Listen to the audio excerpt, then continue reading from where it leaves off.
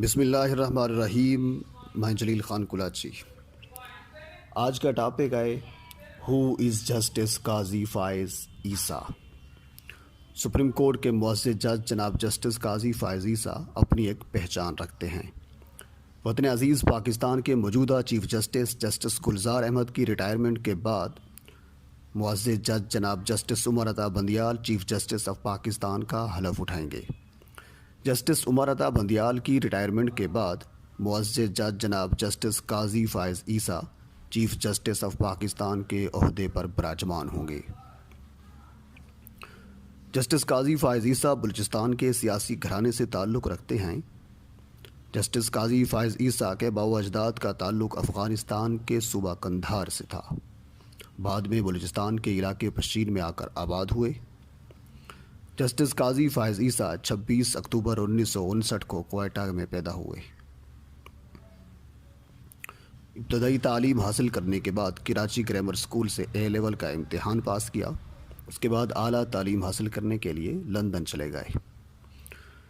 Justice قاضی فائز عیسیٰ کے والد جناب قاضی محمد عیسیٰ تحریک پاکستان کے سرگرم رہنما تھے اور انہیں آل انڈیا مسلم لیگ بلوچستان کے پہلے صدر ہونے کا بھی اعزاز حاصل تھا. قاضی فائز عیسیٰ کا کیریئر اتار چڑھاؤ پر مبنی ہے. فیض آباد دھرنے اور حدیبیہ پیپر مل میں ان کے فیصلوں نے کافی شہرت پائی. 2007 کی ایمرجنسی کے تحت حلف اٹھانے والے ججوں کے سامنے پیش ہونے سے انکار کرنے والوں میں ایک جسٹس قاضی فائز عیسیٰ بھی تھے.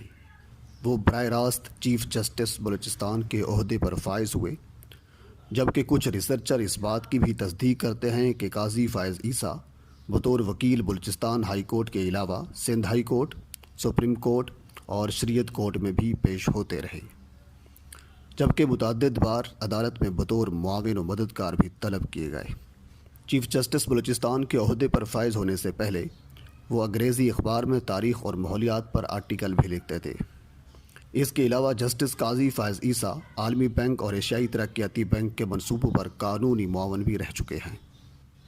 سپریم جوڈیشل کونسل میں جسٹس قاضی فائز عیسیٰ کے خلاف ریفرنس کی اپنی ایک عدالتی تاریخ ہے، اور یہ ایک اہم واقعہ ہے جس پر انہوں نے صدر مملکت کو 2 شکایتی خطوط بھی لکھے. متعدد بار وزیر اعظم عمران خان کے لیے ان کے ریمارکس نے کافی اہمیت حاصل کی. وزیر اعظم عمران خان کے ترقیاتی فنڈ کا مقدمہ نمٹاتے ہوئے چیف جسٹس گلزار احمد نے اپنی تحریر کردہ فیصلے میں لکھا تھا، جسٹس قاضی فائز عیسیٰ کا ترقیاتی فنڈ کیس کی سماعت کرنا درست نہیں. اس سے قبل 12 اکتوبر کو جائیداد کے متعلق کیس کی سماعت کے دوران جسٹس قاضی فائز عیسیٰ نے وزیر اعظم عمران خان کی وکلاء کنونشن میں شرکت پر از خود نوٹس لیا تھا. نوٹس جاری کرتے ہوئے جسٹس قاضی فائز عیسیٰ نے ریمارکس دیے تھے کہ وزیر اعظم عمران خان ریاست کے وسائل کا غلط استعمال کیوں کر رہے ہیں. جسٹس قاضی فائز عیسیٰ نے متعدد مقامات پر اہم فیصلے اور ریمارکس دیے. 8 اگست 2016 کو کوئٹہ میں خودکش حملے کی تحقیقات کے لیے سپریم کورٹ کی طرف سے کمیشن تشکیل دیا گیا تو جسٹس قاضی فائز عیسیٰ اس کے سربراہ مقرر ہوئے. جسٹس قاضی فائز عیسیٰ نے اپنی رپورٹ میں سیکیورٹی اداروں اور کالعدم تنظیموں کی کارکردگی پر تشویش کا اظہار کیا. وکلاء کی شہادت کے بعد جسٹس قاضی فائز عیسیٰ خطاب کرتے ہوئے آپ پیدا ہو گئے. ان 6 ججوں میں ایک جسٹس قاضی فائز عیسیٰ بھی تھے جنہوں نے فوجی عدالتوں کے قیام کی مخالفت کی تھی. 2015 میں فوجی عدالتوں کے قیام کے لیے جسٹس ناصر الملک کی سربراہی میں فل بینچ تشکیل دیا گیا.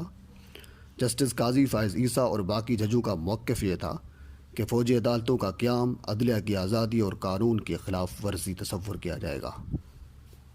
پاکستان کے دارالحکومت اسلام آباد میں تحریک لبیک پاکستان کے دھرنے پر از خود نوٹس کیس میں جسٹس قاضی فائز عیسیٰ کے فیصلے نے سول اداروں کے ساتھ ساتھ عسکری اداروں کو بھی کٹہرے میں کھڑا کر دیا. فیض آباد دھرنے کیس کی سماعت کے دوران جسٹس قاضی فائز عیسیٰ اور جسٹس مشیر عالم نے آرمی چیف، بحری اور بری افواج کے سربراہان کو وزارت دفاع کے توسط سے حکم دیا تھا کہ وہ افواج کے ان اہلکاروں کے خلاف کارروائی کریں جنہوں نے اپنے حلف کی خلاف ورزی کرتے ہوئے کسی سیاسی جماعت یا سیاسی گروہ کی حمایت کی. فیض آباد دھرنے کے فیصلے پر وکلاء برادری میں جسٹس قاضی فائز عیسیٰ کے خلاف اور حمایت میں بھی تقسیم ہوئی.